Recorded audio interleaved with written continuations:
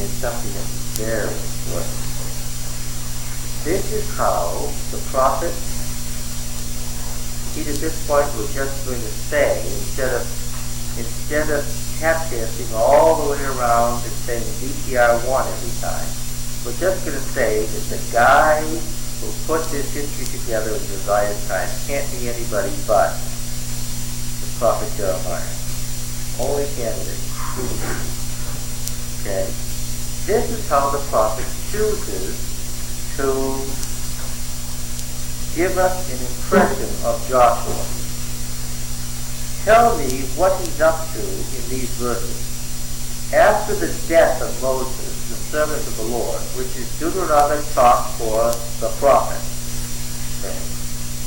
I pointed this out last week. When the evidence minister says the servant of the Lord means his wife, he's right on. He doesn't know it, but he's right on biblically. The servant of the Lord is a good Deuteronomic phrase for the prophet.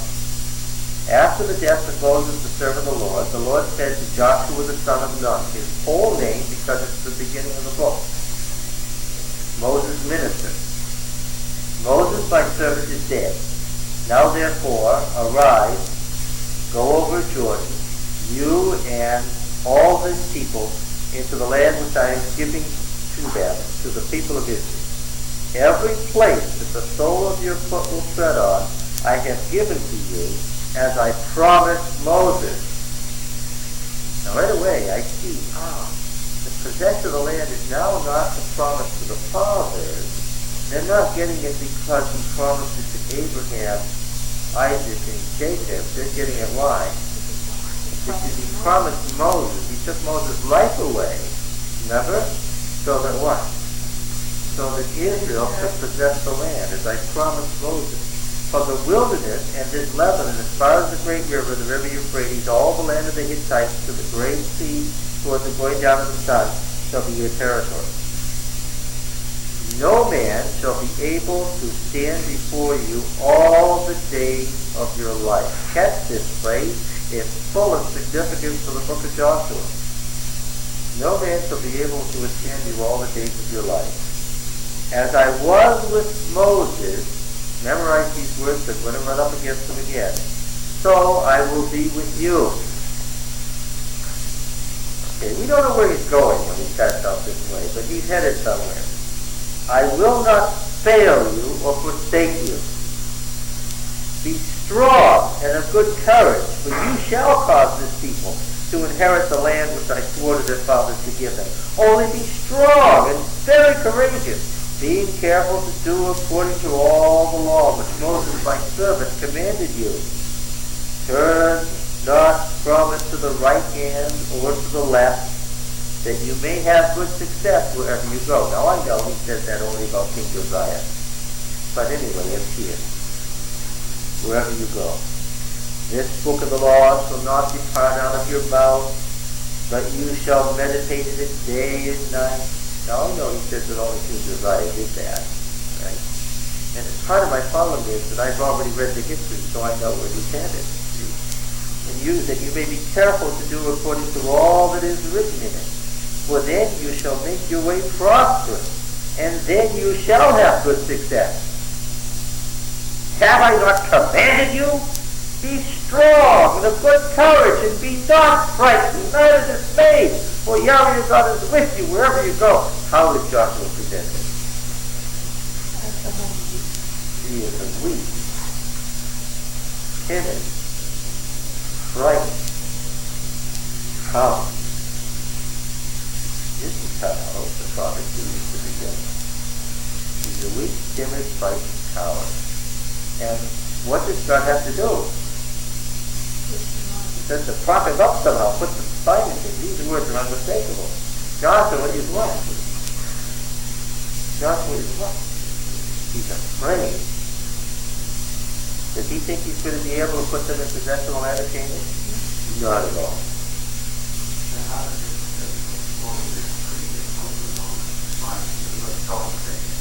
Okay, I'm going to say this again, and I know it's tough because you asked the same question a different way last week. 40 years previous, when he came down from the mountain, who will be leading? part of the problem of reading Genesis, Exodus, Leviticus, and Numbers before you read Deuteronomy. Who were we reading? We were reading a different source from a different time and place.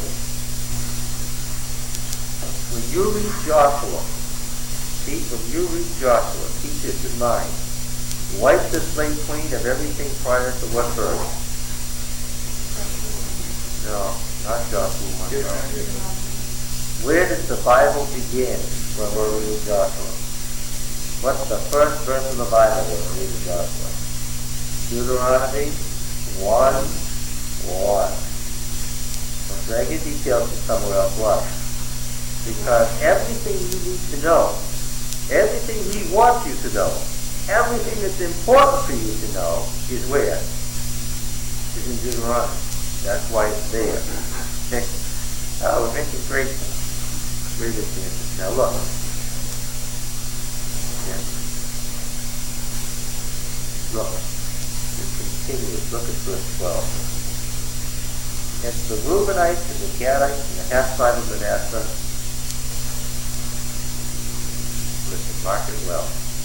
Reuben, Gad, and half the tribe of Manasseh is a theme in the book of Joshua. Let me tell you right up front, as I've said so many times in Deuteronomy, that Jeremiah is cunning. He's a cunning writer.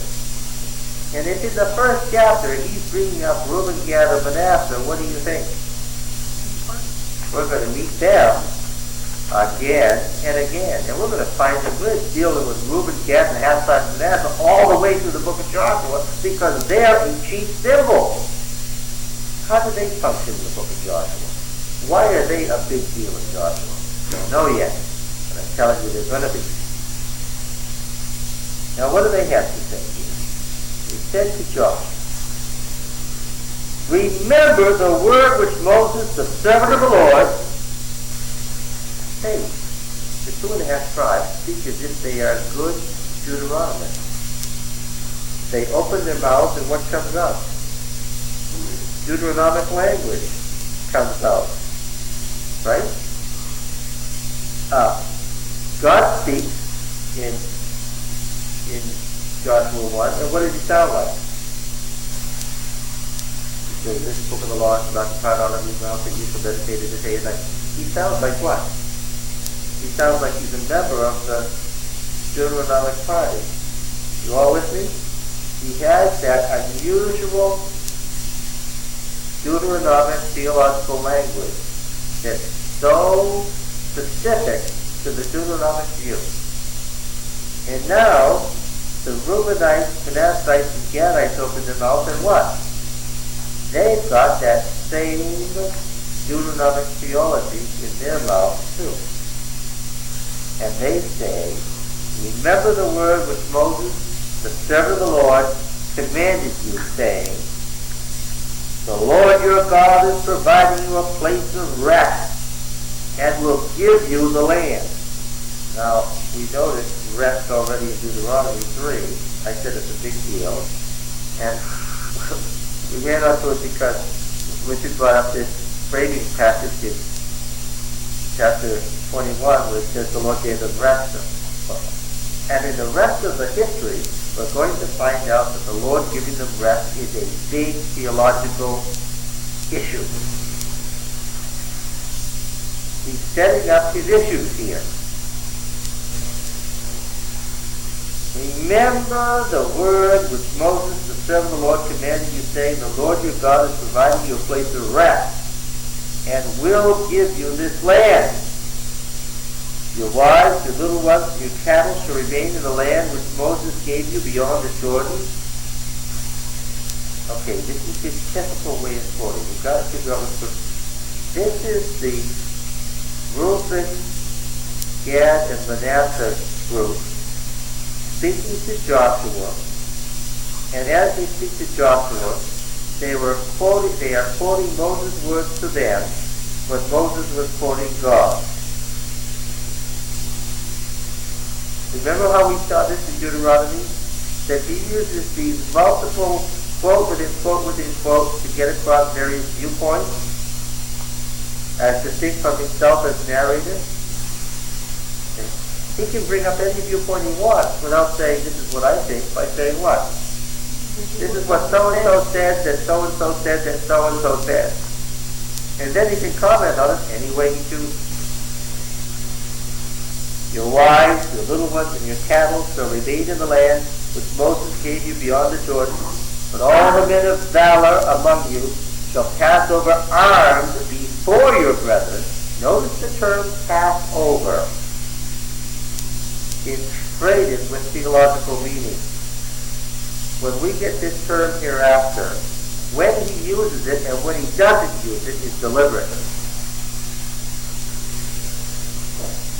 You shall pass over armed before your brethren and shall help them until Yahweh gives rest to your brethren as well as you, and they also take possession of the land which Yahweh your God is giving them. There are the Passover, take possession, rest, the same themes as in what verses, Richard? The same group of words all together. And when I see a bunch of words that occur all together in one place, and see that same bunch of words grouped together in another place, what do I know? That they have some sort of interrelated meaning. Okay? For instance, I'm going to find a bunch of terms that I find in Deuteronomy 29, and I find nowhere else in Deuteronomy. A whole group of unusual terms are found in Deuteronomy 29. Words that are rarely used in the Hebrew Bible occur in Deuteronomy 29. Then I find that same bunch of words reappears in another place in the Bible, all together, in Joshua 7. And what do you think? Do you think it's by accident? No, especially since Joshua 7 quotes Deuteronomy 29, and Deuteronomy 29 quotes Joshua 7. Okay. So I'm going to find out that the two chapters are so interrelated that I can't even figure out what Deuteronomy 29 is doing in Deuteronomy. I don't even know why it's there or what it means until I've read Joshua 7. That's an example of what we call a collocation of words. A whole bunch of words together in one place, interrelated with each other, that appear all together in another place. When you get a collocation of theological terms, you know that this is somehow related. All right, now, and they shall take possession of the land which Yahweh God is giving them. Then you shall return to the land of your possession and shall possess it, the land which Moses, the servant of the Lord, gave you beyond the Jordan toward the sunrise. Trust me, 2.5 chapters of Joshua are devoted to this paragraph right here. And they answered Joshua, get this, they answered Joshua, all that you have commanded us we will do, and wherever you send us we will go. How do they sound?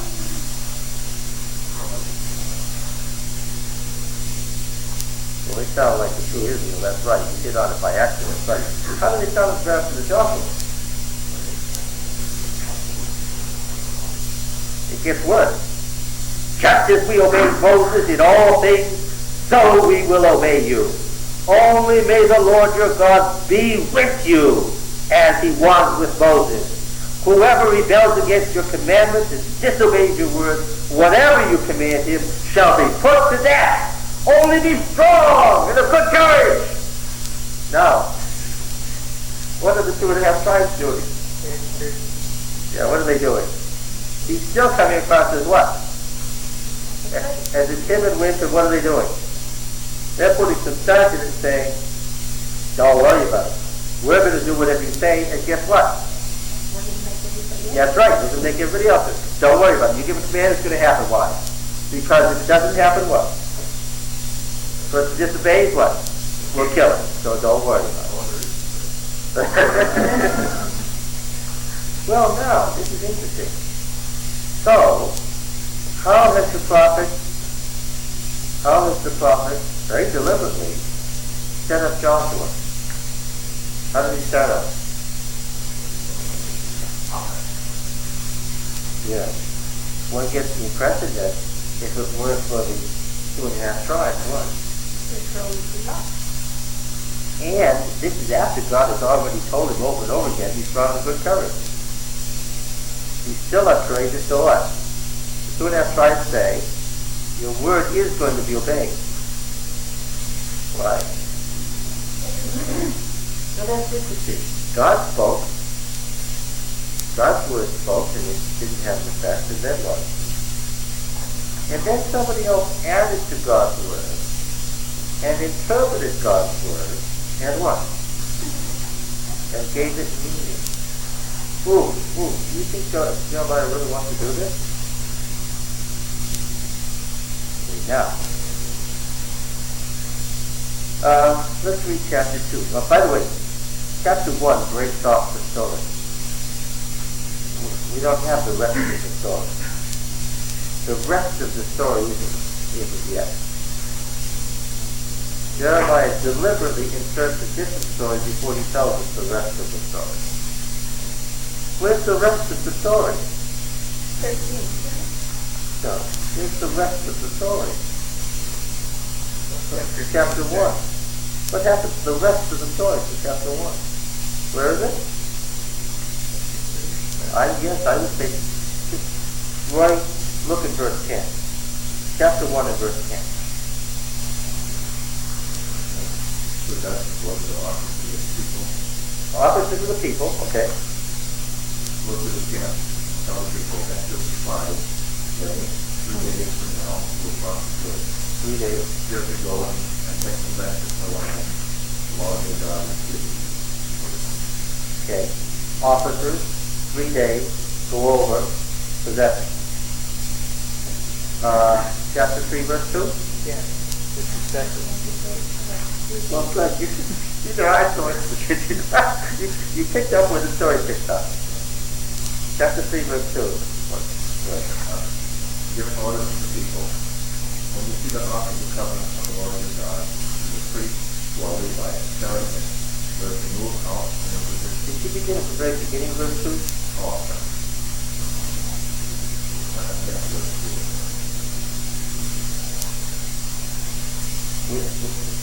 After 3 days. After 3 days, that's what it said.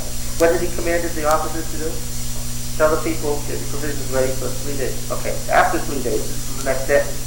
Okay, because after 3 days, the officers went throughout the camp. There's the officers, okay. Giving orders to the people. Giving orders to the people, did. And the seated ark of the covenant of the Lord your God, and the priests who are Levites carrying it. You are to move out from your position and follow it. Okay. So, where's the rest of the story? You see, are you all sufficiently well versed in this by now that you can see that chapter 1 verses 10 and 11 is followed by chapter 3 verse 2? It's the next sentence of the story. Okay. Now let's go to chapter 2. This is a great story. Can you tell you're at the what was once the beginning? You're at the what was once the beginning. And Joshua the son of Nun, what does that tell you? Yeah, that's right. Sent 2 men secretly from Shittim and spies. Now, in the original story, there's nothing wrong with that. That's a great idea, setting up spies secretly. But because of the setting that the prophet has given us, what does it make it look like? The prophet has set this story in such a setting that it makes Joshua look like what? This is more of his cowardice going on here. He can't figure out what to do. Since he doesn't have a plan, what does he do? He sends people out secretly to spy out the land because he doesn't have a plan. That's the setting the prophet has given us. Well, now you could say that without chapter 1, it wouldn't have any such setting, and it wouldn't imply any such thing. That's true. And doubtless it didn't originally. But I'm going to tell you again that it's not history, it's what? He's revising. And he's revising rather ruthlessly. Their picture must have been of Joshua as what? Great one. Yes. And what has he done already? Yes. And let me say again, it couldn't possibly have been just anybody who would do such a thing or get away with it. Right? Had to have been a person of great authority. And to rewrite the history of the nation had to have been accepted by the monarchy. The simple thing they could have done is just burn the Deuteronomic history and burn him, and that would have been the end of it, right? All right, now, then 2 men secretly come to King and spies, saying, go view the land, especially Jericho. So what we would say here is, the picture as it stands now, what we have as the Bible as it stands now is that he's trying to think of what to do, which is not very flattering. And they went and came into the house of a harlot named Rahab and lodged there, which in its current context is not flattering either. I have a footnote that says, or possibly an innkeeper. Is there any validity to that? No, because the whole... Yeah. Let me get through to the end of the chapter and you'll see what it is. It was told the king of Jericho, behold, certain men of Israel have come here tonight to search out the land. Now that is very deflating. Why? If Joshua's plan was to surprise them secretly, then what? How has it gone? He knows, he sent them out secretly, or what? The king knows they're there, why they're there, and where they are. So much for the plan. All right, now.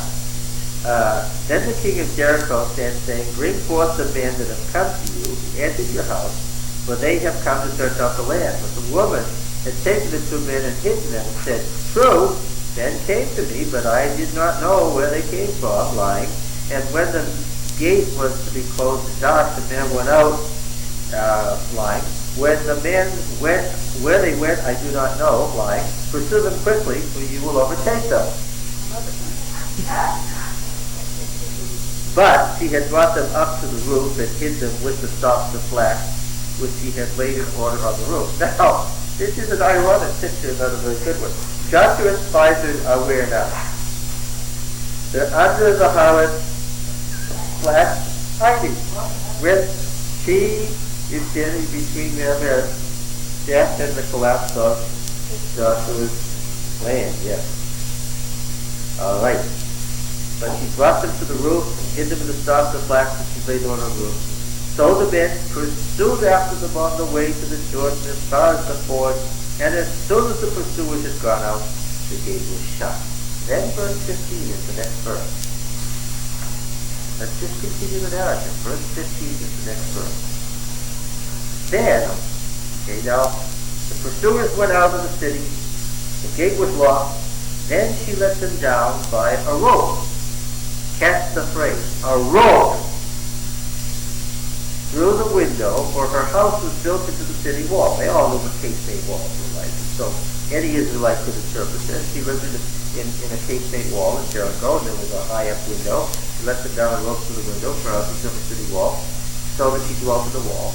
And she said to them, go into the hills, lest the pursuers beat you, because they had gone to the fort. Hide yourselves there for 3 days, until the pursuers have returned, and afterwards go your way. The next verse is verse 22. They departed. The narrative runs off very smoothly. They departed and went into the hills. What did she just say to them? Go to the hills. And they departed and went into the hills. And remained there 3 days. How long did she say to live? 3 days. This is the next sentence. 3 days until the pursuers returned. For the pursuers had made search all along the way and found nothing.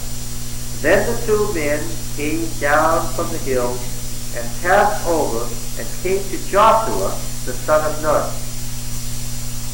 Who apparently is very important to the story because what? We have to remind you exactly who he is again, yes. And they told him all that had befallen them. Okay? And that's the story. Well, but now we left the verses out. Well, no, actually we didn't leave any verses out. We read the whole story. There is a speech, however, that is here in verse 8.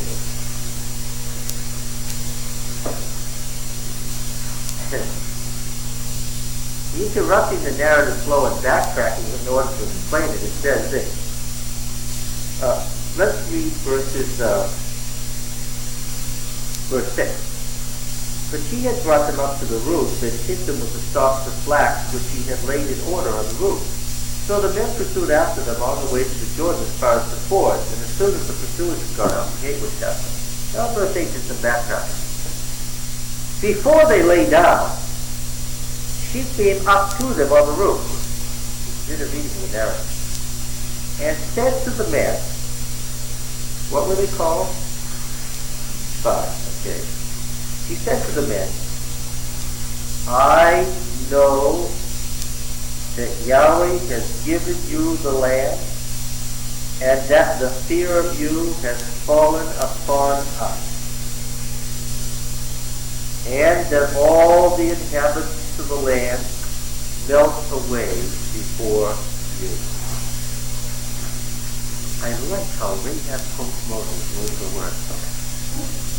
I think it's neat how she can figure out the exact words of Moses in Deuteronomy and quote them word for word. Isn't that great? Rahab is also what? Along with God, as Reuben, Gad, and half the tribe of Manasseh, Rahab is what? A good Deuteronomist. She can quote Deuteronomy, just open her mouth and the words of Deuteronomy come spilling out. I have a suspicion about this sermon. For we have heard how Yahweh dried up the waters of the Yam-suf, the Red Sea, before you, when you came out of Egypt, and what you did to the two kings of the Amorites who were beyond the Jordan, to Sihon and Og, whom you utterly destroyed. I wonder if he's summarizing, or does Deuteronomy actually refer in those words to Sihon and Og? Or is he just summarizing Moses' general concept about this? So I got this. And I said, I won't use any commentary. Just read through Deuteronomy and see if I can spot it. And I got this Deuteronomy 3:2, and I said, it said, do not fear him, for I have given you and all the people of the land, and his land is your hand. You should do to him as you did to Sihon, the king of the Amorites. Oh, okay. And then I got over, and I discovered as I read through that she indeed was quoting exact word for word. So the Lord gave him Og, king of Bashan, all his people, and all the kingdom judged. Yeah. So now, he says here, Deuteronomy 9:1. He says here what?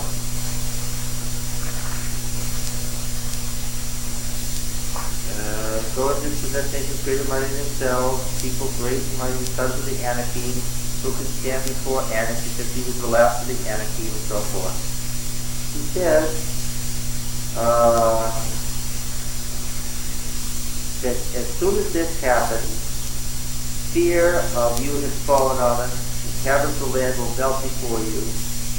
And as I read through the passage from Deuteronomy 3, Deuteronomy 9, I found that 7 times this is referred to. He's quoting.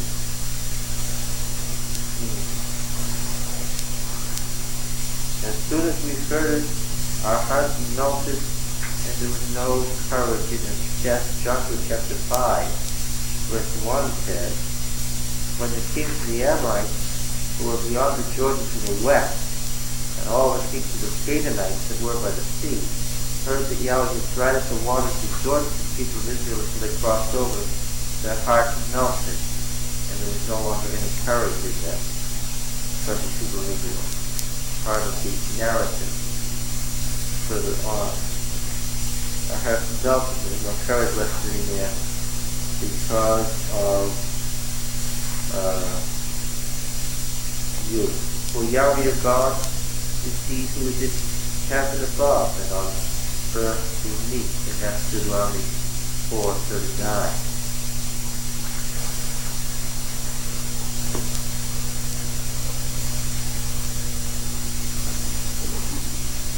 Know therefore this day and lay to your heart that Yahweh is God in heaven above and on the earth beneath. There is no other. Now then, swear to me by Yahweh, the great, the mighty, the awesome God. By him you shall live. Swear to me by Yahweh. Oath sworn to Yahweh must be kept. I'm quoting passages in Deuteronomy. Oath sworn by Yahweh must be kept. So she said, what? Swear to me by Yahweh. What is Rahab's speech? From the moment she opens her mouth, what is she doing? She's reciting what? Deuteronomy. Now then, swear to me by Yahweh that I dealt kindly with you, deal kindly with the orphan, the fatherless, and the widow. I have dealt kindly with you, you deal kindly with my father's house. Give me a sure sign. The Lord himself will give you a sure sign. Deuteronomy 30. And save alive my father, my mother, my brothers and sisters, and all that belong to them, and deliver our lives from death. And then said to her, our life for yours. What does the Deuteronomic law code say? Life for life. If you do not tell this business of ours, then we will deal kindly and faithfully with you when Yahweh gives us a land.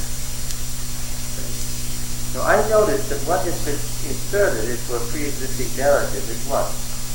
Well, Rahab speaks in the pre-existing narrative. It's further talk like this.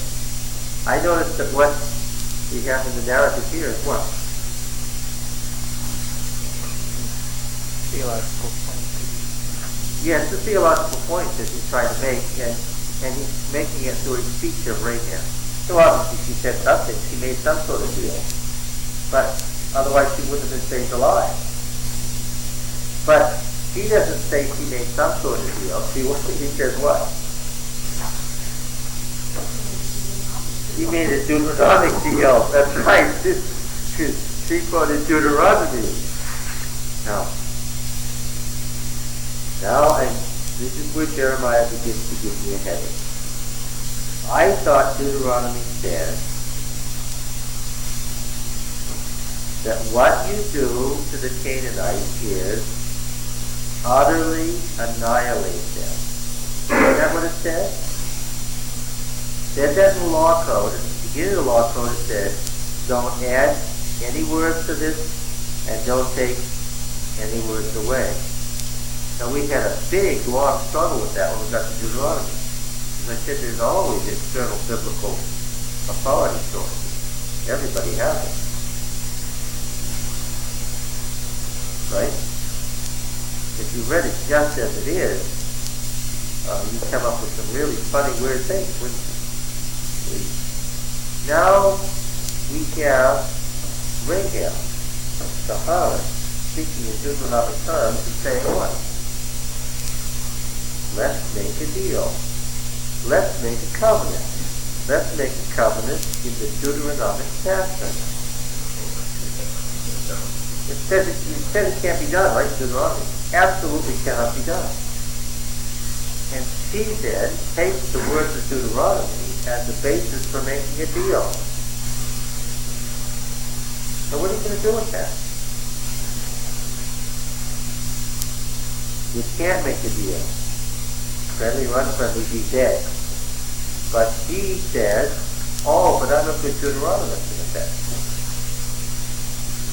No, God in heaven above and on earth beneath. You're supposed to give loving kindness and faithfulness to the widows and the fatherless, the orphans, the outcasts of society. And I'm going to make a deal for you.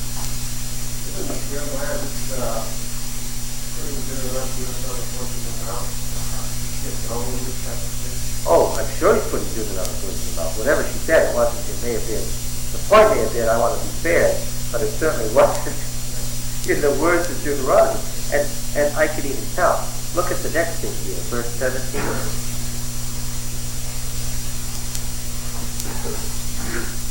We notice these speeches are interrupting a very straightforward narrative.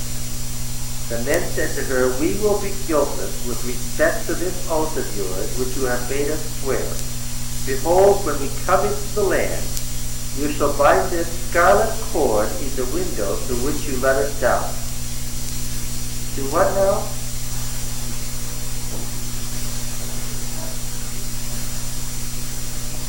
Just catch it now. Everybody should be pointing it out right away. What was it in the original story? It was a rope. What did it turn into in these speeches? It turned into a scarlet cord. Yes. And it becomes a theological symbol, doesn't it?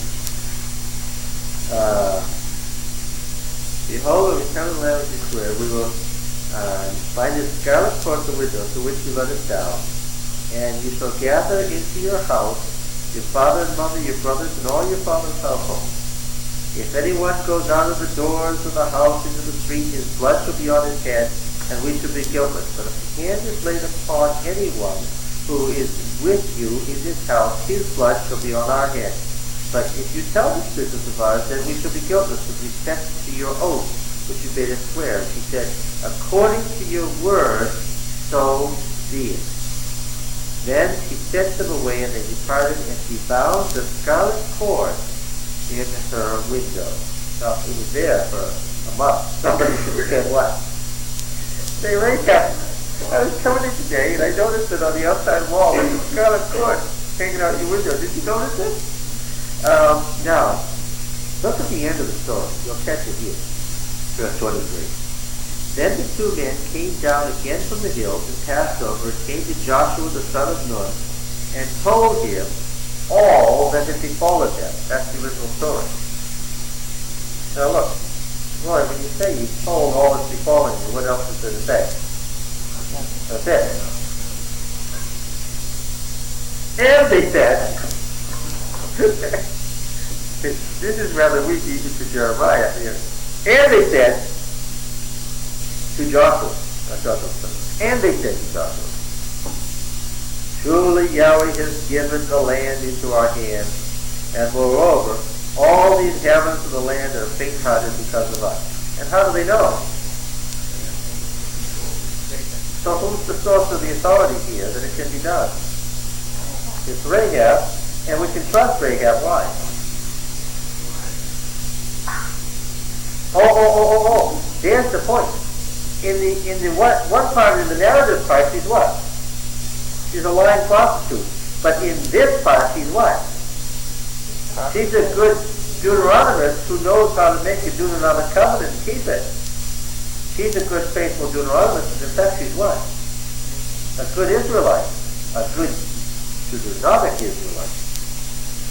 Well, now, true that this second part doesn't fit very well with the original story, when you're grafting it in, but there it is.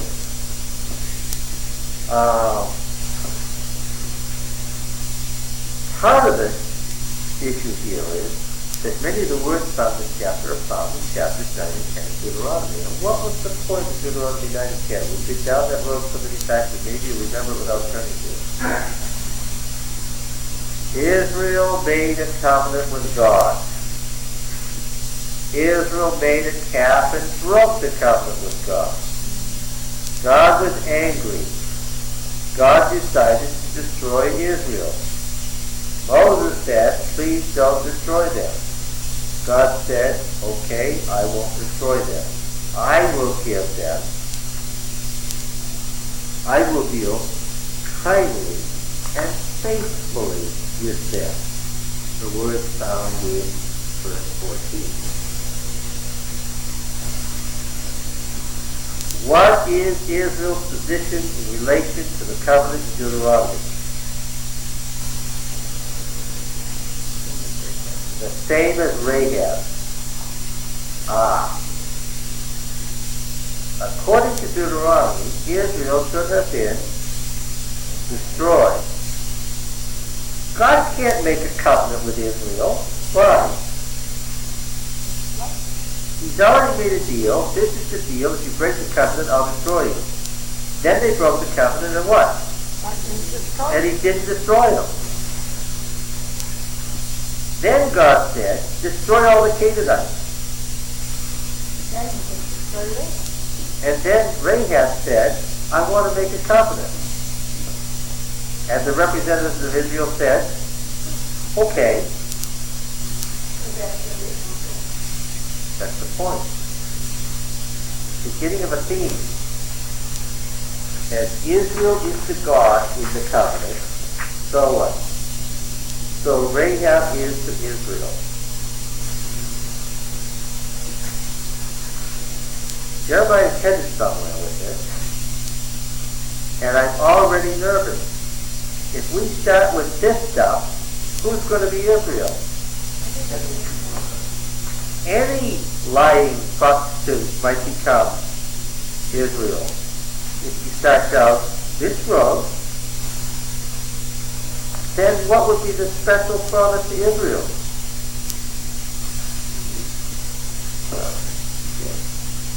Now then, catch it.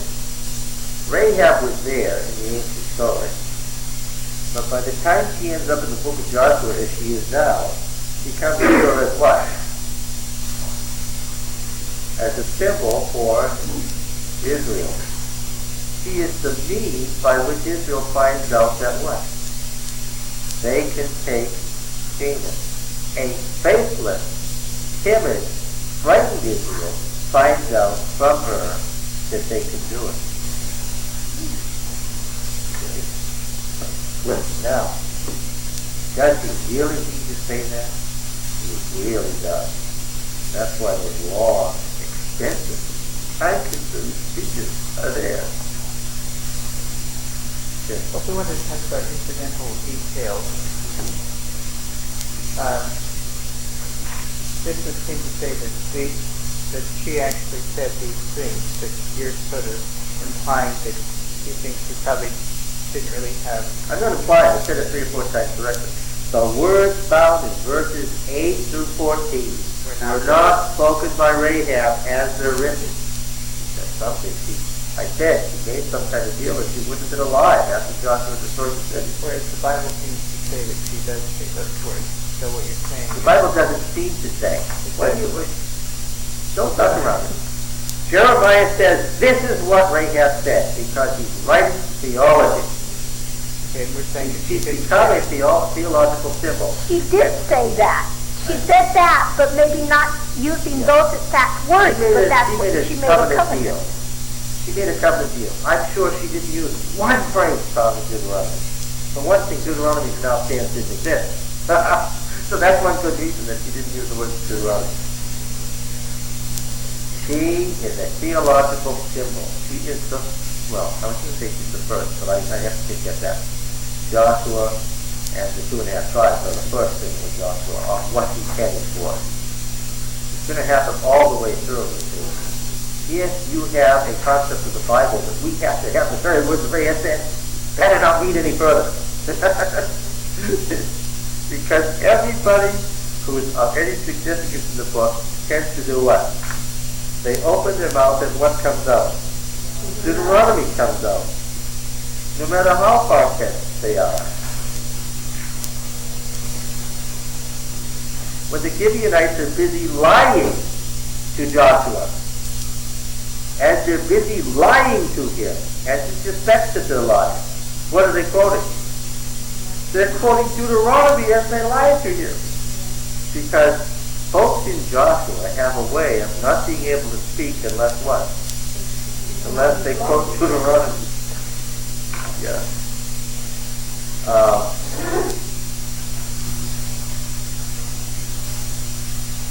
Does it disturb you that these are the exact words that Rahab spoke?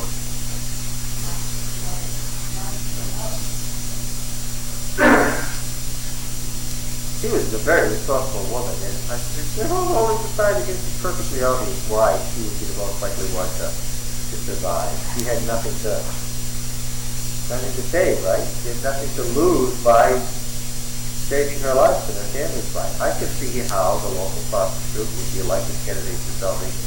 I know he would say these words, and I know where he's headed with this. If Rahab is Israel, then I have to reevaluate. If I'm the Israelite and you're the pagan, and I get special blessings and you don't, and I rely on those special blessings to save me from you, then what? Remember the situation in Josiah's time. What might happen if I rely on special promises made by God to me, and I know that you're the pagan, and you can't win because God made a special deal with me, and then I start being told, that isn't the way it works at all, then what? I'm going to have to reevaluate my position in relation to, say, other things. Actually, that was rather clear. Okay. Now, chapter 3. Now, I love chapter 3. Now, I read chapter 3 last week, and now the soul raised their hand and said, it doesn't make any sense.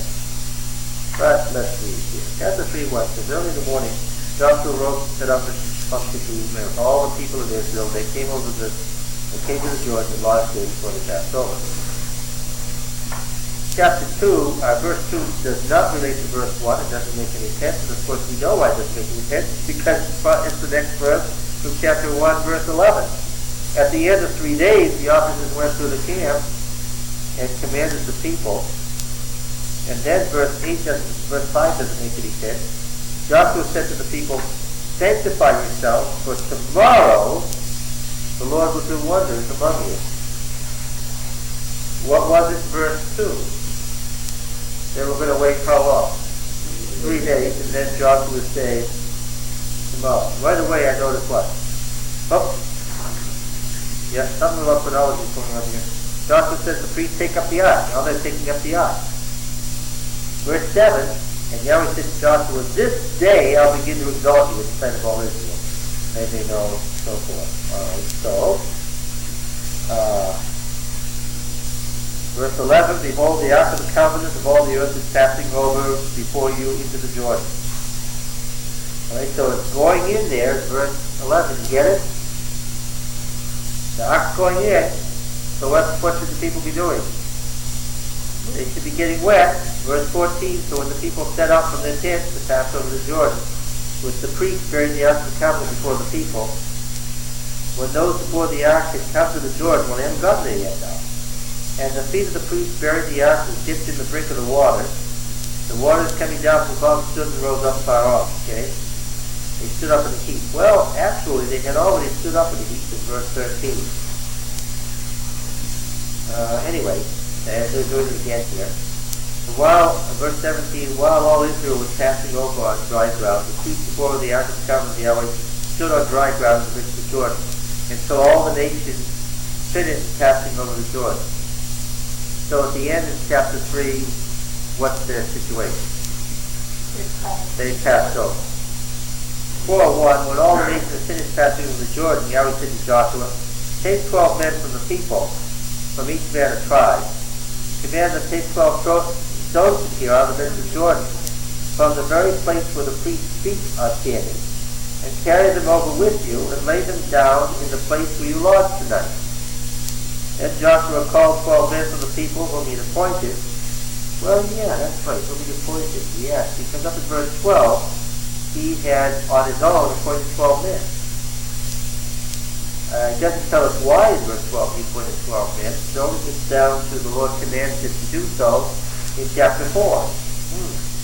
I'd rather have the Lord give the command and Joshua carry it out and make sense. Now what do they do, these 12? They are to pass on before the ark of Yahweh your God into the midst of the Jordan. What had already happened? Yeah, the whole nation had already passed over, and in fact the command was given after they had finished passing over. Now I'm getting one of those exegetical ulcers here instead of my stomach. And what do these stones mean? Well, then you shall tell them, the waters of Jordan were cut off before the ark of the covenant of Yahweh when it passed over the Jordan. The waters of the Jordan were cut off. So these stones will be people of Israel memorial. Down in verse 21, then the people of Israel, when your children ask the fathers that come, what do these stones mean? I wish the children wouldn't ask the question in two different places. And I wish that they wouldn't be given two different answers, because the answer down below is different from the answer up above. Okay? And the men of Israel did as Joshua commanded, verse 8, took the 12 stones, and then Joshua gets more stones from Gilgal and puts them into the Jordan. Now that's even more interesting. Alright. Now, when we come down to verse 10, chapter 4, the people passed over in haste. Now why is that a problem? That the people are passing over in haste. Well, yeah, but the basic problem is that in chapter 3 and chapter 4:1, they were already over. They passed over in haste. When the people are finished passing over, the ark of Yahweh, the priest passed over before the people. Oh, this is really getting to me now. When all the people are finished passing over, then the ark of Yahweh, the priest passed over before the people. Now I am really in deep water here. You know, I feel like I'm drowning in the Jordan here. I can't figure out what's going on. Well, my translation says they passed over while the people watched. In other words, before meaning. Before being the front. Yeah. Verse 15. And Yahweh said to Joshua, command the priests to bear the ark of the testimony to come up out of the Jordan. Okay. So we can presume that when the ark comes out, that the people are out. They've been out several times now. In verse 19, the people came up out of the Jordan on the 10th day of the first month. So they managed to get out again in verse 19. Okay. And so forth. He said they didn't like chronological relation.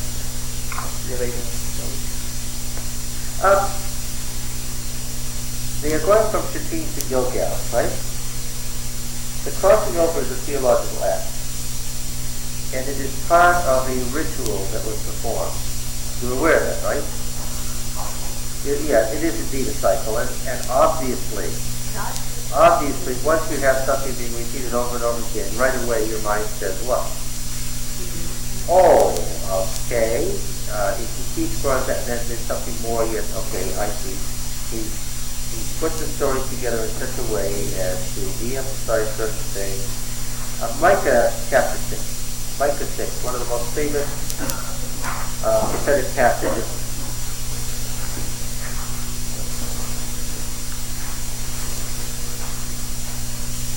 By the way, it all works out perfect chronological favor. The most logical Greek writing the most perfect syllogism would have liked Joshua 3 for its exact chronology. Here's some famous passages in the Bible. Hear what Yahweh said. Arise, plead your case before the mountains, and let the hills hear your voice. Begins like the Song of Moses in Deuteronomy 32. Hear, you mountains, the controversy of the Lord, and you enduring foundations of the earth. For the Lord has a controversy with his people, and he will contend with Israel. This is why we love this passage. The Lord has a controversy with his people. He used that phrase so often, and used it as a title to a lot of her articles in the review. The Lord has a controversy with his people. The favorite prophetic phrase. Oh, my people, what have I done to you? In what have I wearied you? Answer me. For I brought you up from the land of Egypt and redeemed you from the house of bondage. I set before you Moses, Aaron, and Miriam. O my people, remember what Balak the king of Moab devised, and what Balaam the son of Beor answered him, and what happened from Shittim to Gilgal, that you may know the saving acts of Yahweh. Okay. This, the son of Beor answered him, and what happened from Shittim to Gilgal, that you may know the saving acts of Yahweh. Okay. This movement from Shittim to Gilgal is the saving acts of Yahweh. Okay. Yeah, here it said it's conflict of their rebellion at Shittim while they were camped there with the Baal of Peor. And this is the setting of the famous passage, one of the most famous passages in the Bible, that it's another point of saying that they should not have had this redemption. That their work merited them what? Death. And that's why the prophetic thing against relying on sacrifice and offering. With what shall I come before the Lord and bow myself before God on high? Remember the famous passage? Shall I come before him with burnt offerings, with calves a year old? Will the Lord be pleased with thousands of rams, with 10,000 of rivers of oil? Shall I give my firstborn for my transgression, the fruit of my body for the sin of my soul?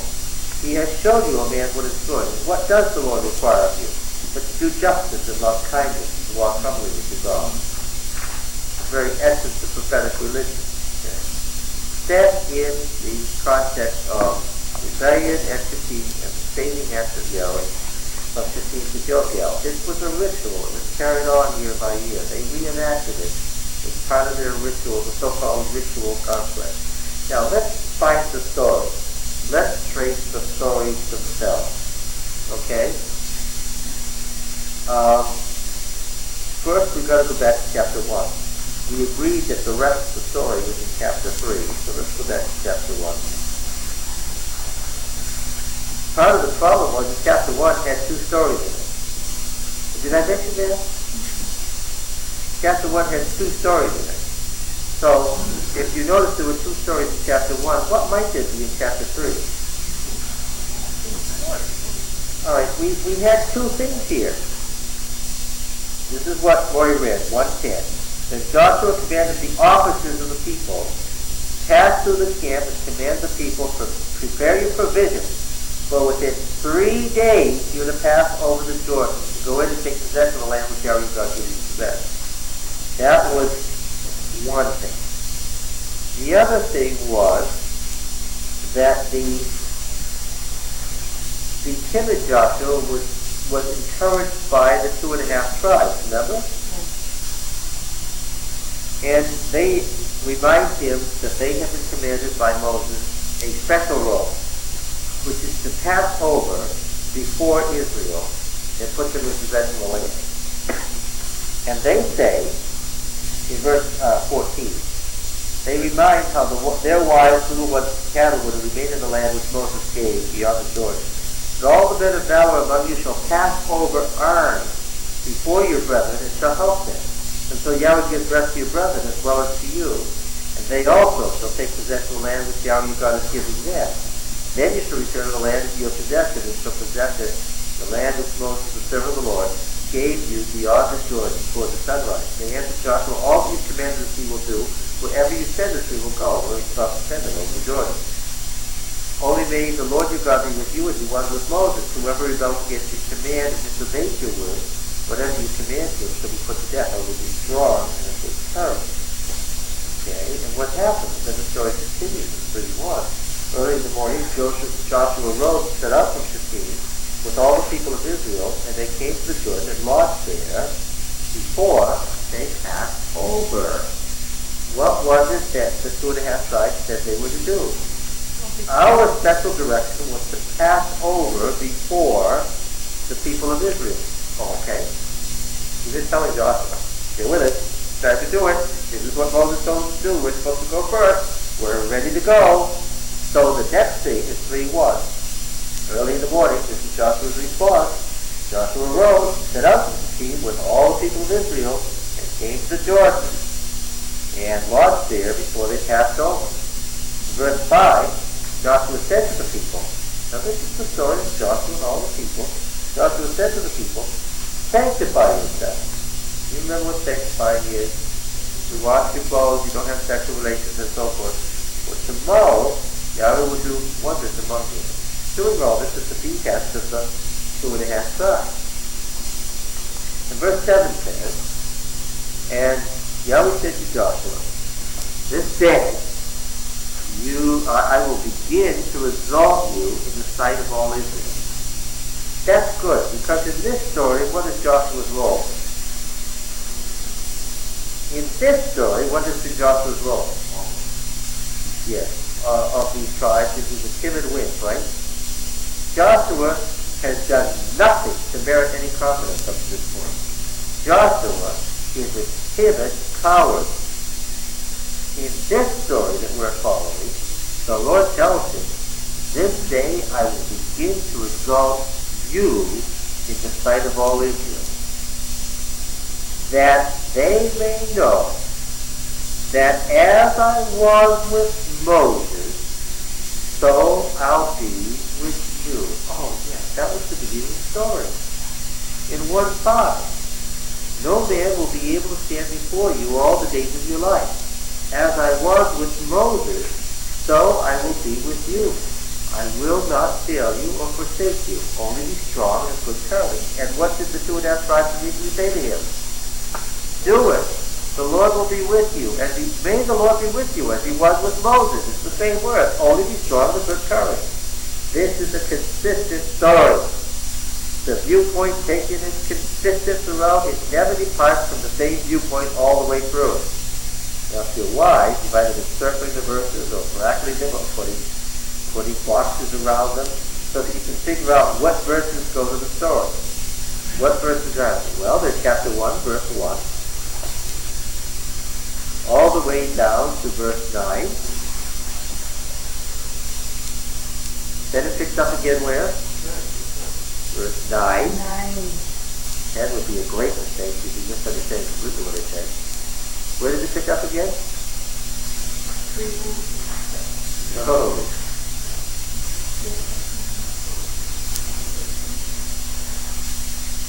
Oh boy, I see that the points is sailing right over you. Where does the story pick up again? Well, of course. Be strong and good courage, be strong and good courage, be strong and good courage, be strong and good courage. And suddenly the 3 tribes say, strong and good courage. Okay, sorry. Verse 12, all the way to what verse? 18. And then what verse follows? 3:1. Say, you want to come every week. 3:1. Followed by what verse? Verse 5, yes, because it doesn't fit with the 3 days. And then what's the next verse? 7. Or not at all. 7 and 8 are together.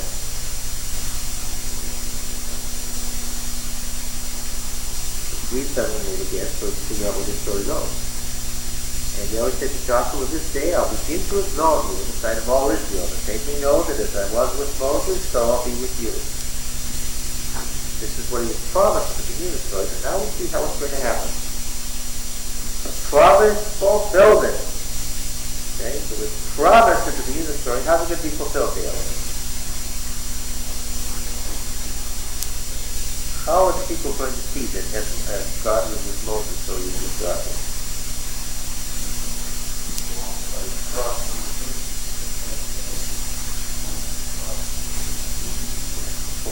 Moses crossed the sea, dried up the water, so Joshua lead them across the dry of the Jordan, and they will see the relationship, and they'll think of him in terms of Moses. Okay?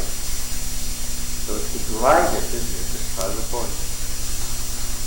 This day I'll begin to exalt you in the sight of all Israel, that they may know that as I was with Moses, so I'll be with you one time. And you shall command the priests to bear the ark of the covenant when you come to the brink of the water. I'm reading 7 and 8, which I've been reading now for about 5 minutes. Brink of the water. Get the phrase. Catch the phrase. Brink of water. Why? Because we're going to find it in the next verse of the story. I'm looking for the story here.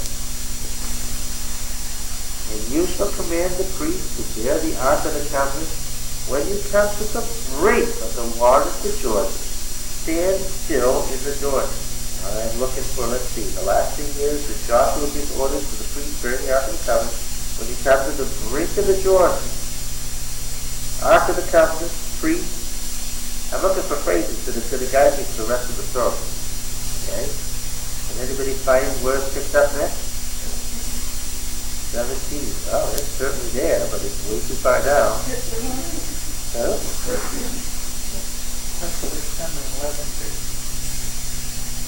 Well, let's see.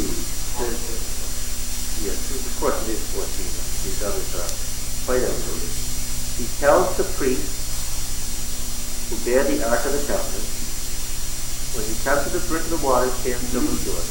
So, verse 14, so, when the people set out from the tent to pass over the Jordan with the priests bearing the Ark of the Covenant before the people, when those who bore the Ark of the Covenant came to the Jordan, and the feet of the priests bearing the Ark were dipped in the brink of the water, say it's all one sentence, and it begins in verse 14. It's all a single sentence, it begins in verse 14.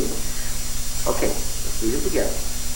Yahweh said to Joshua, this day I'll begin to exalt you in the sight of all Israel, that they may know that as I was with Moses, so I'll be with you. And you shall command the priests to bear the Ark of the Covenant. When you come to the brink of the waters of the Jordan, you shall stand still in the Jordan. So, when the people set out from their tents, which is where they had been, they were camping there, right? They lodged there overnight. When the people set out from their tents to pass over the Jordan with the priests bearing the Ark of the Covenant before the people, and when those who bore the Ark had come to the Jordan, and the feet of the priests bearing the Ark were dipped in the brink of the waters coming down from above stood and rose up in the heat far off from Azan as far as beside the fortress Zarephath, and those flowing down toward the sea of the Arabah, the salt sea, were wholly cut off, and the people of Israel passed over opposite Jericho. Now it says they passed over there, right? You could say that was the end, but it's not one thing. And while all Israel were passing over, he hasn't said everything. When he comes to the point saying, so they passed over opposite Jericho. That's not the story. Let's say more detail. While they were passing over on dry ground, right? What's the significance of the dry ground? What is the significance of the dry ground? No. What is the significance of dry ground? Don't say the River Jordan, say what? The Red Sea. So it's on dry ground. The priests who bore the Ark of the Covenant of Yahweh stood on dry ground in the midst of Jordan until the nation finished passing over the Jordan. And the people passed over in haste. That's the middle of verse 10. It's the beginning of the paragraph. The next 4:10 is the next verse of the story. And the people passed over in haste. And when all the people had finished passing over, the Ark of Yahweh and the priests passed over behind the people.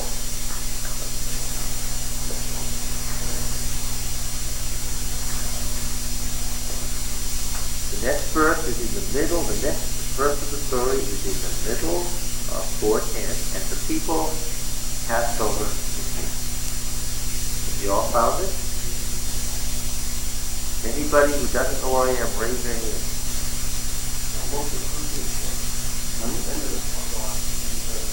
The last verse of chapter 3 goes on to 4:10b.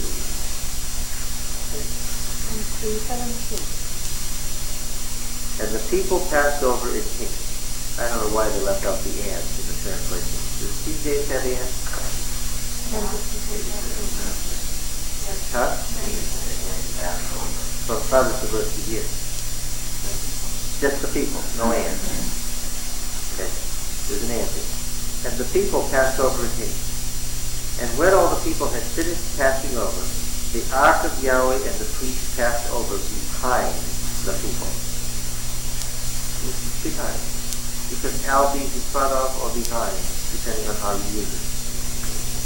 Well, Yes, that's how they chose to translate it, but prepositions are notoriously slippery to meanings in every language. And all that the author has done by using the same preparation is told you what? The people were looking at the ark as it went in, and it was what? Hell. It was in front, in their presence, in front of them. And now they passed over, and what? Now what are they looking at? They turn around and they're looking at it. It's still in their face. That's just all that it means. Okay.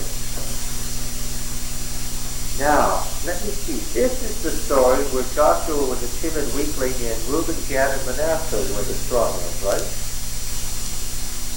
Shouldn't they still be in the story? The sons of Reuben and the sons of Gad and the half-tribe of Manasseh passed over Arn before the people of Israel as Moses had bidden them. About 40,000 ready, armed for war, passed over before Yahweh's battle to the plains of Jericho. On that day, Yahweh exalted Joshua in the sight of all Israel. And they stood in awe of him, as they had stood in awe of Moses all the days of his life. The story begins how? How does the story begin? He's a weak coward. And how does it end? He's not just strong. Not the strongest. He's what? He's the equivalent of Moses.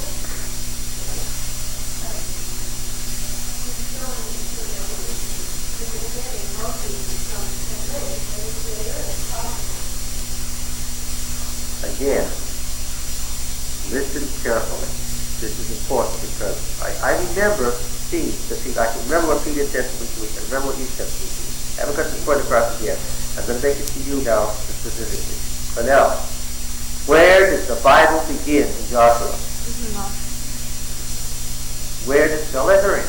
Where does the Bible begin in Joshua? Do you remember what I said? Where does the Bible begin when you're reading Joshua? In Deuteronomy. No. The Bible begins in Deuteronomy, for now. In Deuteronomy 1, verse 1. The beginning of Deuteronomy is the beginning of everything he wants you to know or thinks you need to know. When you say, no, don't look me now. When you say, but Moses was presented as a weakling too, you're wrong. Why? You're dragging into the story something that Jeremiah has no intention of alluding to. Because in the Deuteronomic literature, Moses is par excellence, the man of God. He is the most stable, powerful being who's ever lived. He's the sin bearer. Amen. You did talk in some places, though, about how Deuteronomy presumes that you already knew all the stuff previously. Yeah. He does not want to tell you any of that stuff because it's not important to his point. He knows that you know all that stuff. It's not important theologically. He knows you know all of these. It's not important. He doesn't tell you a thing about the tabernacle. It's not important. He assumes you know it. It's not important. Would P say it's not important? No. Well, everything from Exodus 25 to Numbers 10 wouldn't suggest that it's not important, would it? You know, he actually mentions the tabernacle in Joshua. Why did he mention it? Oh, because Reuben, Gad, and Manasseh set up another altar besides the one that's in front of the tabernacle. And if it wasn't for that, what? He wouldn't have mentioned it. And if you want to know why does Jeremiah not think the tabernacle is that important, read Jeremiah 10 on the temple service. Remember, it's his family that were priests at Shiloh, right? It was the family of Moses that were priests at Shiloh. And what happened to the tabernacle? It was overrun and destroyed and burned by the Philistines. And what point do you think Jeremiah wants to make? took his stand at the gate of the temple and said, don't, on the high feast day, the masses of people stood and said, don't say this is the temple of Yahweh, the temple of Yahweh, the temple of Yahweh. You want to see the temple of Yahweh? Go to Shiloh. See? It's like, yeah. So, he knows you know all that stuff. Just wants you to be established in it.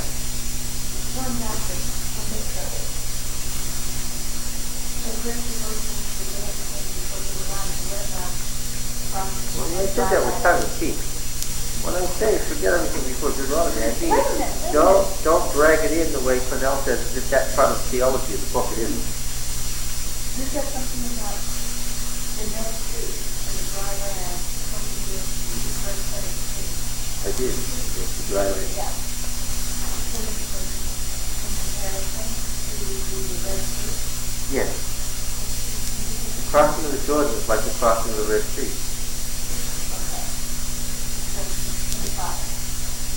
Well, in the sense that it uses exactly the same terms that Deuteronomy uses for the crossing of the Red Sea. Deuteronomy of the Red Sea? I thought that was in Exodus. No, everything that's important to know about the crossing of the Red Sea is told in Deuteronomy. Of course he gets it. He's not going to be that bad. Now let's read the other story. There's another story. Remember there was another story? Let's go back to chapter 1. Hey, this is fun, huh?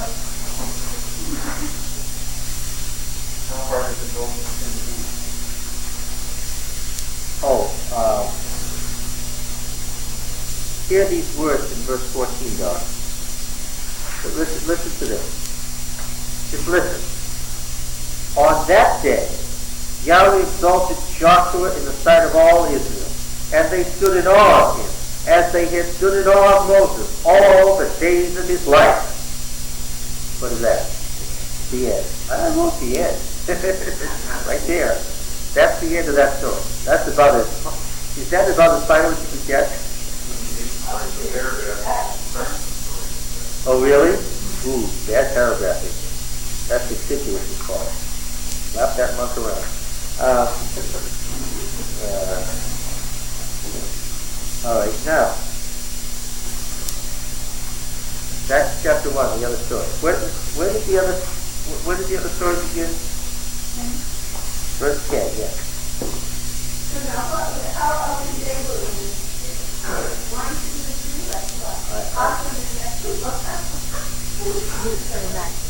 If you, yes, well that's not a bad thing. We just told a story. It has a theme, doesn't it? If you gave it a title, what would you call it?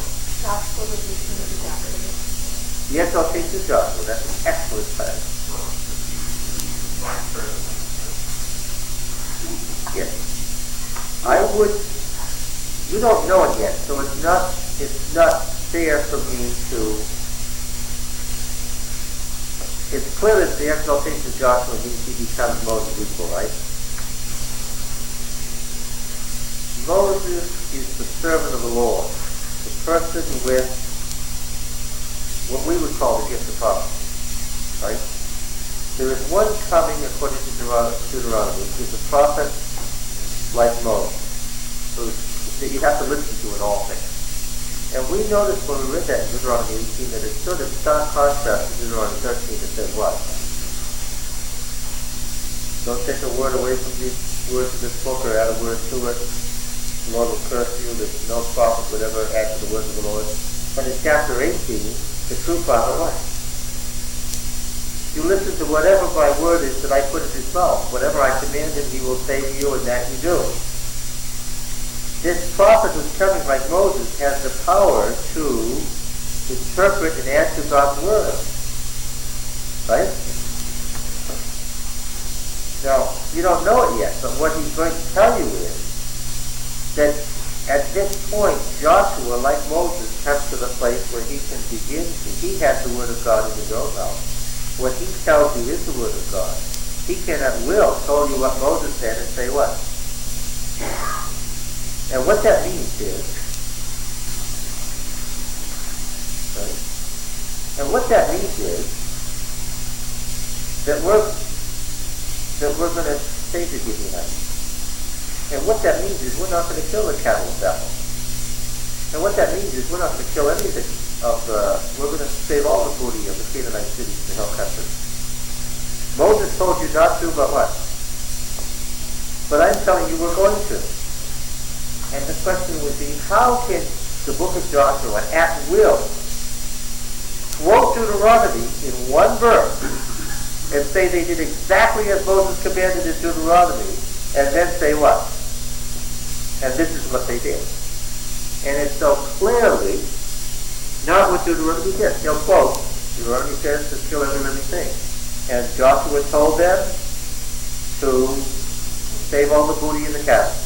And therefore they killed all the words of Moses, just as Joshua commanded them.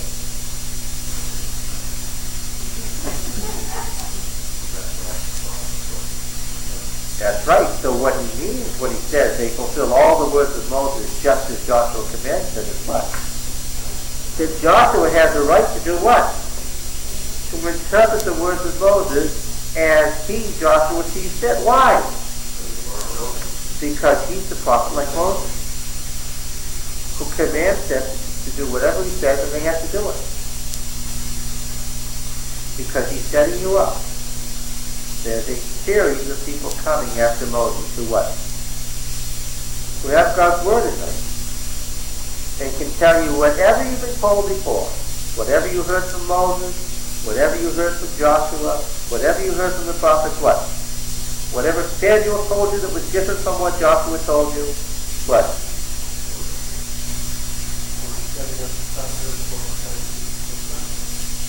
Where a prophet has what? To do what? To reinterpret the word. Change their meaning. If save nothing alive in Deuteronomy means kill all the human beings and all the cattle, but in Joshua it means what? Kill the human beings if you feel like it, and keep the cattle if you feel like it, then what? You're changing the meaning of what it says. And what's his viewpoint of that? Yeah, why? He has a prophetic right to do that. And the question would then be to Jeremiah, what right do you have to say that? What would the answer be? Jeremiah hasn't told it yet, so I'll say the answer at the beginning. Jeremiah is about to reinterpret the whole covenant. He's going to defy the whole traditional state religion and say that's all wrong. And he knows that prior prophets instituted it. And he's going to say, yes, you may have heard that Isaiah said such and such, means peace. You may have heard that Moses the law said such and such, but what? But I'm telling you that this is what God means and what God wants, and this is what God is saying now. I'm the prophet like Moses. He's setting up a theology in the book of Joshua, a theology about the successors of Moses and their role.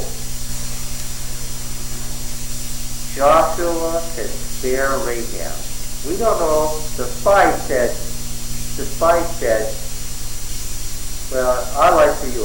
You tell everybody, if anybody goes out of the house, if anybody kills people in your house, to blow you up, we don't know if she's going to get saved or not yet. So far, we don't know whether she's going to make it or not. But as Joshua's sick, Joshua's going to say what? Bring out the harlot and her family. It's very scary because you think, what? This is where she gets it. And he says, and I'm telling you to set her outside the camp until she becomes a full-fledged member of Israel. And Joshua starts to alter the meaning of Deuteronomy, the plain meaning of Deuteronomy. You didn't know that he was setting up in Deuteronomy a series of laws that he's going to start defining in the next book, because of what he's going to say about the gift of prophecy. You see, you could say very easily, the Bible says to eat this and this and this. But Ellen White says, don't eat that, that, and that. This is a common argument against evidence. So what will we say? Oh, come on now. If that's your argument, then you have the Bible. Okay? You get no further beyond Deuteronomy than Joshua before you find out how to change the meaning of Deuteronomy. Now, 1:10.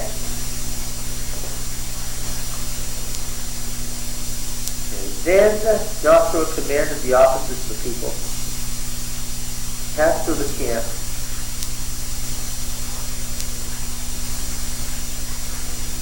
and command the people, prepare your provisions for within 3 days to pass over the Jordan, to go in and take possession of the land that Yahweh God gives you in possession. How does Joshua appear here? Authoritative. He's authoritative from the moment he opens his mouth. And he's commanding, deliberate use of the word, his officers. So what is he? Commander-in-chief. There's no wimpy coward here. He's the commander. He has officers. He's directing his officers, and they're moving out. Here the officers appear, and here the 3 days appear. And so this, we know, goes right to 3 days. And which verses in the chapter will be this story? Well, it's simple. You're the one. Yeah. The ones that you haven't already circled are the other stories. And they are also quite distinct. At the end of 3 days, the officers went through the camp and commanded the people, when you see the Ark of the Covenant of Yahweh your God being carried by the Levitical priest, that's a different phrase you haven't seen in the other story, then you shall set out from your place and follow it, that you may know the way you shall go, for you have not passed this way before. Yet there shall be a space between you and it, a distance of about 2,000 cubits. Do not come near it. Verse 6. Joshua said to the priests, see, the commander speaks to the people. Now Joshua speaks to the priests. Take up the Ark of the Covenant and pass on before the people. And they took up the Ark of the Covenant and went before the people. And Joshua said to the people of Israel, you see, he hasn't spoken to the people yet. Who has spoken to the people? The commander. Now Joshua speaks directly to the people. And he said something. He said, come here and hear the words of Yahweh your God. Who has the words of Yahweh? Joshua. And Joshua said, hereby you shall know that the living God is among you, and that he will without fail drive out before you the Canaanites, Hittites, Hivites, Perizzites, Girgashites, Amorites, and Jebusites. Listen to Deuteronomy 7. Look, the Ark of the Covenant of the Lord of all the earth is about to pass over before you into the Jordan. Now we notice in Deuteronomy again and again that the Deuteronomist has shifts back and forth. On one hand, Yahweh is the God of Israel. And then what does he turn into?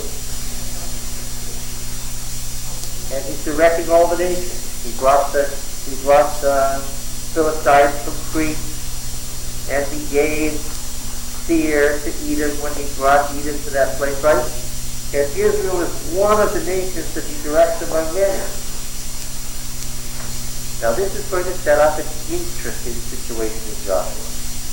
If he's the Lord of all the earth and the Lord of all the nations, what is the relationship of Yahweh to the nations that are being destroyed? Is he their Lord also? And is Israel his special nation in some way, or is Israel fulfilling a role that he has that has to do with all those other nations? Well, this is the universalism side of Deuteronomy. He's the Lord of all the earth. And apparently it has to do with all of these nations that they're going over, not just Israel. Do you remember the reason, and the universal reason, why Israel was going to possess the land? No, that's the particular, that's the natural reason, that's opposite. Yes.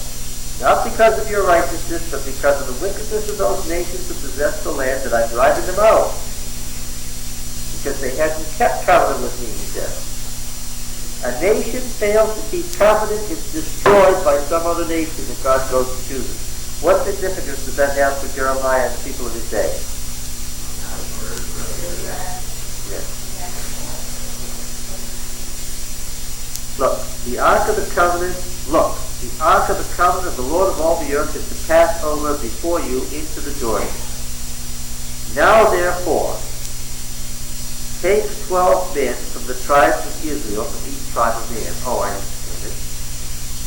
Who has the word of the Lord in his mouth in this story? The Lord hasn't commanded it yet. So, what? When he speaks it, what is it? It is the word of the Lord. This is a different picture of Joshua in the other story. You see that? There are stories. One of the main fundamentalist arguments is that there aren't any sources in the Bible. That somebody just sat down and wrote the book of Joshua from start to finish, and that person's name was Joshua. If so, he was a nut. I cannot tell you how many fundamentalist arguments begin this way. There aren't any sources in the Bible.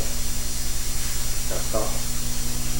And you only really get the richness of it when you see how they work together. Jeremiah knew what he was doing by putting them together this way. He wanted them to flow together. So you really have to look at one story, and you have to look at the other story, and then what? Then you have to look at them together.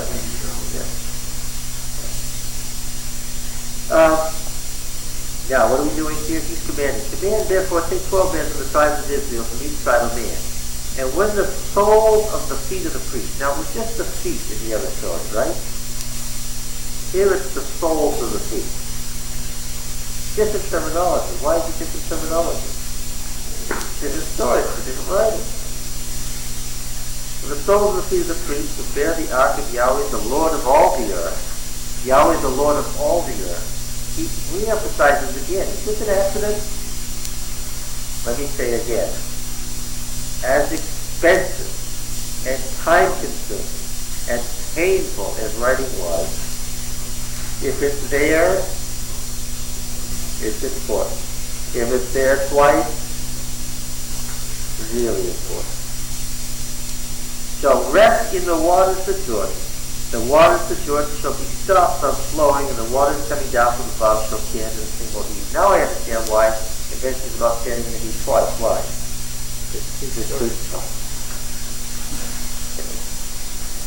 Now then, the next verse is 4:1. However, here, you can take this on my prophetic authority. Regardless of what Deuteronomy 13 says, I'm going to tell you to take certain words out of the Bible. I want you to strike them out. Strike out the scriptures if you didn't do. Joshua 4, verse 1a. When all the people had finished passing over the Jordan, you can simply draw a line right through it. Cross it out.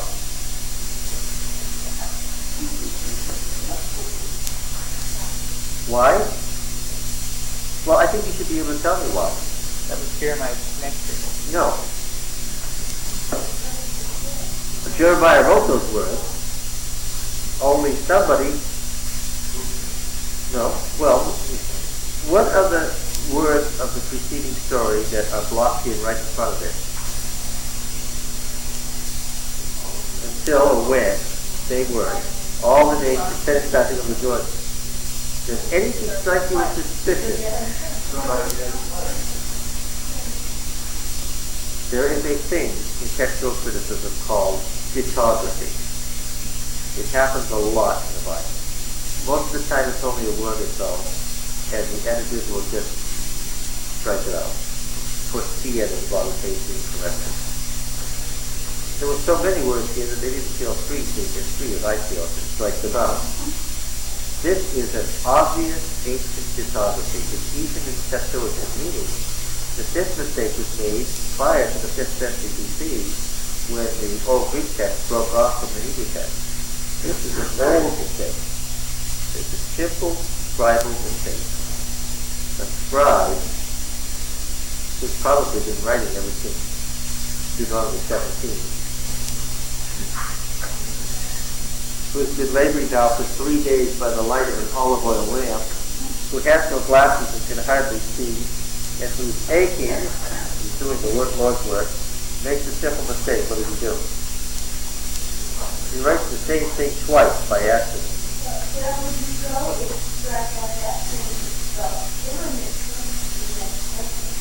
You don't like the Lord said to Joshua?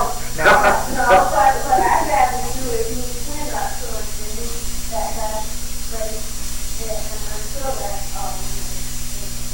Those are the same words. I know, but what I'm saying, I'd rather... You don't need to move anything. Somebody wrote them twice. You only need them once. They're part of the other story, not this story. Yeah, but what I'm saying is, okay. They're not part of I'm this sorry, story. I keep forgetting the story.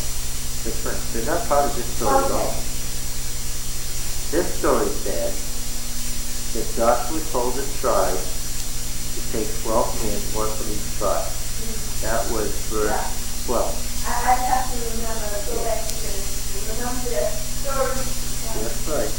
And now, verse 4:1 to begin this way. And the Lord said to Joshua, take the 12 men from the people, from each tribe of man, and command them to take 12 stones from here out of the midst of the Jordan, from the very place where the priest's feet stand, and carry them over with you, and lay them down in the place where you lost them.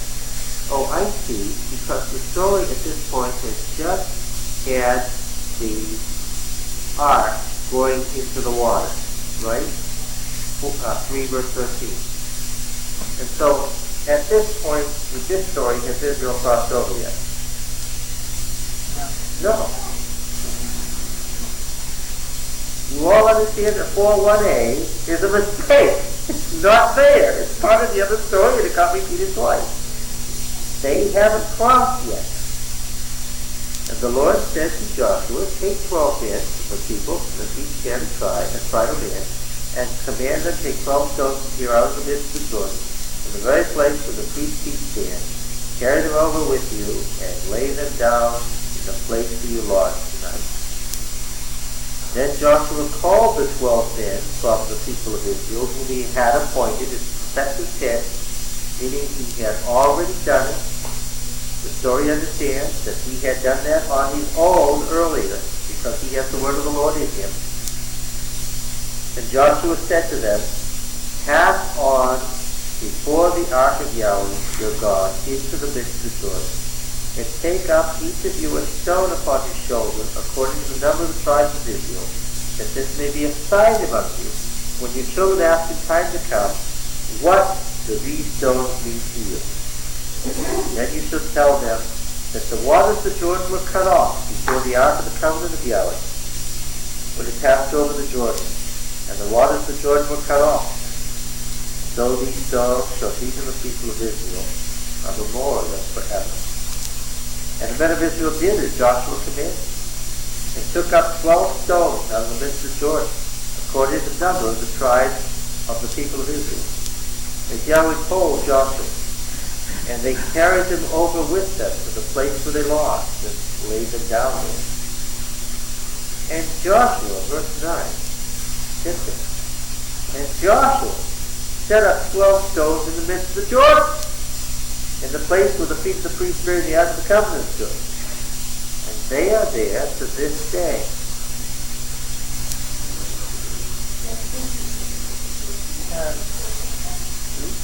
I can't place it says he set up the 12 stones that had been in the middle of those already. In the place where the feet of the priests were bearing the ark of the covenant had stood. They're trying to smooth, and they shouldn't smooth. Let the text say what it says. No? I don't think we're catching the point yet. Well, yeah, that's a a 1980 attempt to make the correct listen. Had to. What is Joshua's role in this story? God said, take stones from the Jordan and set them up in Gilgal.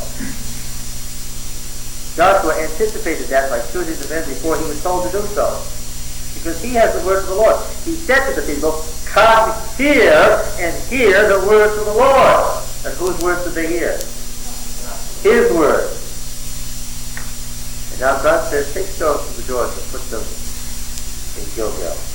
And he does so. And what else does he do? And take stones from West Canaan and he puts them into the Jordan. Into the river. No river not deep to escape that. They had to, John the Baptist had to find a pool where he could baptize people. Jordan you can see, John is deep natural. Even in the first stage? Even in the first stage. It's shallow, but the whole plate is flat. Water is all over the place. Joshua did more than the Lord commanded. That's the point of the story. Did he have the right to do that? Yes, because Joshua is the person who adds to can't get the word of the Lord. Deuteronomy says, don't take away or don't add. And Joshua says, he added to all the time. That was his role as a prophet, because Jeremiah is doing what? He's adding to what they've already heard. And he's saying what? I have the right to add to, because the word of the Lord is in me. And you can read Jeremiah, he says exactly that. If you take that translation is missing the theological point. You should let the text stand as it says, because that's part of the point. Joshua is the guy who has the word of the Lord here. Come here, listen to the word of the Lord. Take 12 men. And the Lord says, I want you to take 12 men. Take stones on the Jordan. And Joshua says, take stones on the Jordan. And take stones from there and put them into Jordan. It's really deliberate and obvious. Joshua is what?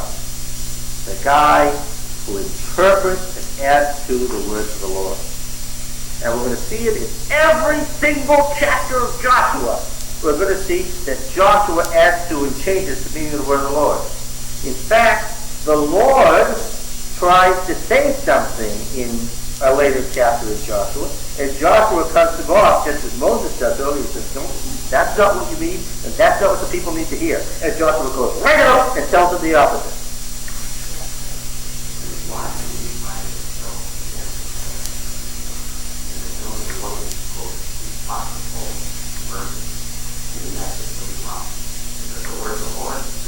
Yeah, exactly. No, that's prophetic right. If somebody inspires and they have the words of the Lord in them, they can take position related to it. Yeah. All right, so now they are there to this day. His point about they're there to this day is those stones in Jordan are witness to Joshua's right as a prophet. Why is that important to Jeremiah? Yeah, because that's his position. That's right. He is the lawgiver now. Yeah. No, I haven't. And I suppose that it's not because people since the Middle Ages haven't been looking for it. I suppose that 20 centuries or, 15th century, 35 centuries of flood have moved them around. And the Lord said to Joshua, wait.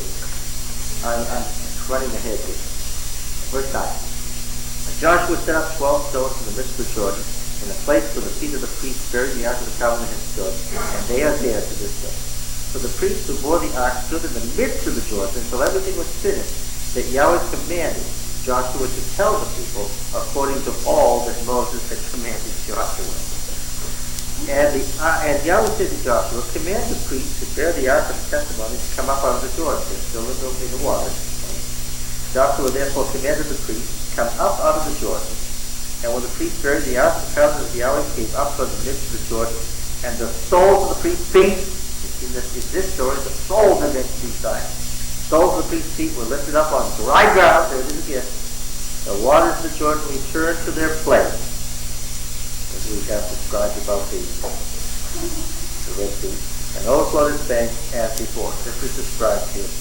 And it overflowed its banks as before. And what do I do?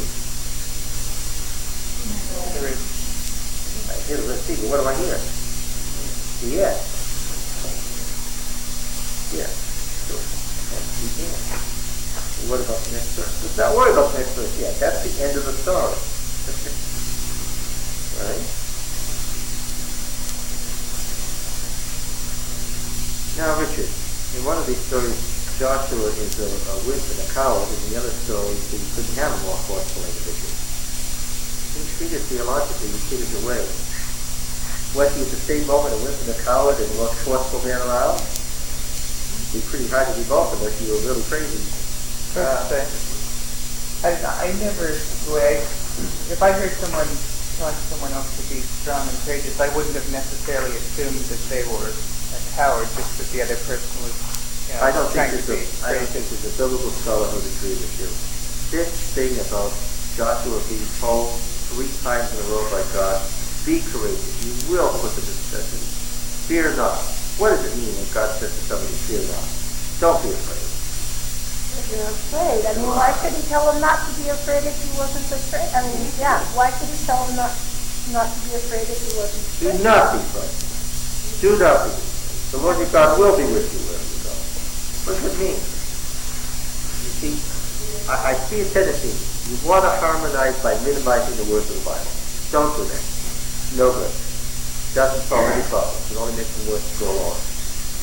But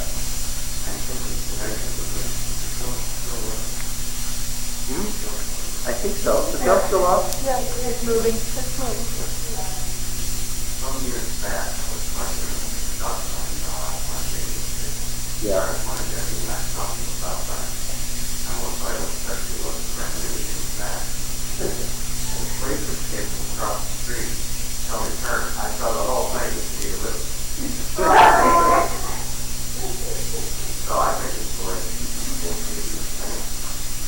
One of them wants to see them for their time. And the other guy wants to see him as a hero for his. We have this thing that I thought was there and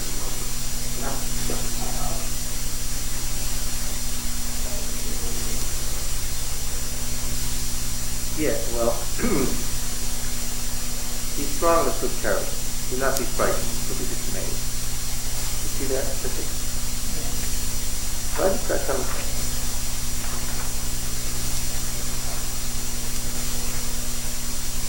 Well, to encourage him. Why did he need to be encouraged? The word courage didn't mean the word encourage. I think that everyone Needs to be encouraged. But, now, Jeremiah has deliberately added his weak picture to the previously strong picture. When?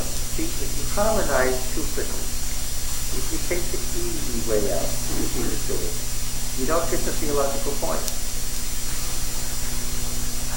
When does Joshua stop being a weakling and a coward, which he surely is? There's no other way to describe it. He's a weakling and a coward. Frightened. He's immobile. He won't even move. The 2.5 tribes have to get him going. When does he stop being a weakling and a coward? The day the Lord makes it restored to Moses. In other words, how would we think? We have our own set of terms, our own theological terms, and I'm doing on it. How would we think? prophetic call. Yeah, when he became a prophet, when he got the gift of prophecy.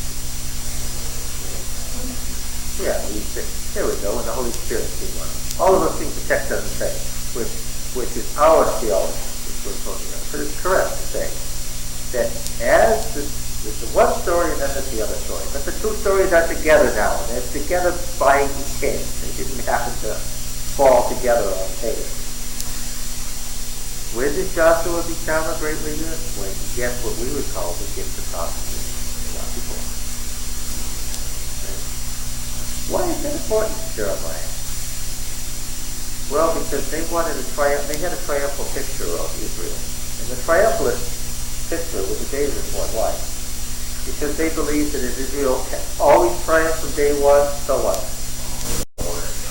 It always would triumph. And of course, Roy, if you always triumph from day one of the very clearest pictures of triumphalism would be where, we came into the land. And when we came into the land, what did we do?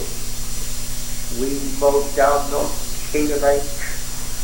Why, there wasn't a Canaanite standing as far as the eye could see. We took all their cities and we put to death every living, breathing thing. And are these Babylonians ever going to conquer us? No, this is pagan. Look at what happened to poor old Sennacherib when he came over here and tried to get the temple. Why, when we came into the land, every single thing we touched was just like that, right?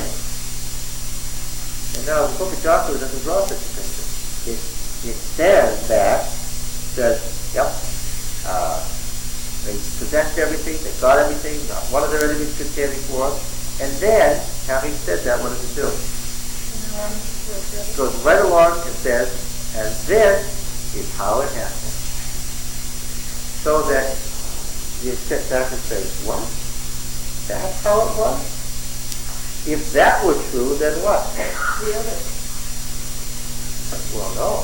The other is true as we took it to mean. It may be true that God's promises didn't fail, that every promise he made, what it said. Oh, Joshua, the book of Joshua said that every one of their enemies fell before them. Every single one of their enemies fell before them. That was what the nation always believed. Only the book of Joshua is going to add, that is, every enemy that they actually were brave enough to attack.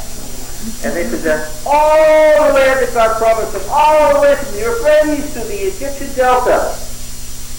They got it all. That was the traditional belief, the triumphal belief, and that was the state religion of Judah. They got it all.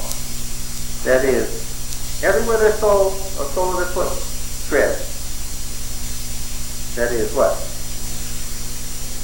As far as they were, as far as they went, which was only about 30 miles. So they mowed down all their enemies that they had to face to attack. And, all the 31 cities that they had to face to attack. And they conquered all their enemies they had to face to attack. They conquered all the land that they had to face to walk around. Only what? 31 cities, and there were several thousand. The land from Iraq to Egypt is a big land, and they went 30 miles north and they went 30 miles south, and they got it all. So he doesn't deny anything about the word of the Lord. He doesn't deny anything about God fulfilling every one of his promises. He doesn't deny that they had rest on every side. What? As far as they went, but what? Yeah, they went 2 steps north, 2 steps south, and 3 steps east, and then what? They stopped. And what's the point? They could have what? Not more. They could have, in fact, done all that we have always said they did, but what? They didn't. So the book of Joshua does not present the triumphalism that you may have attributed to it. Instead, it presents it, and then it's a running commentary on the fact. And so the word all doesn't mean what it would obviously appear to mean. It means exactly what they took it to be. Only, he said, no. Of course, what did they take it to mean? He's writing to you. An exegesis means, what did he mean? What did his audience think it meant? It meant what? They must have known the fact. Oh, Richard, there's the problem right there. Would you say what you said? They must have known the fact? Yeah. No, that's the point. What were the facts in their mind? What the tradition said, which is what? Didn't they know the stories of the judges? But actually, Look, the Philistines. there's a pre-existing set of stories in Joshua, and what's he doing with those stories? He's revising them. When we get to the book of Judges, what are we going to find? There's stories about judges, but they said something quite different than what Jeremiah makes them say. You have 12 judges who ruled over the 12 tribes of Israel. And they ruled over everything from Iraq to Egypt. Until Jeremiah finished with them. And then what? And by the time Jeremiah is finished, you can imagine how many generations of Israel deserve to stay alive. None. Yeah. Okay. I say again, Joshua doesn't say what he may have thought. You're going to see this again and again. There's this braiding story, and then there's our prophet busily adding to the word of the Lord. Okay.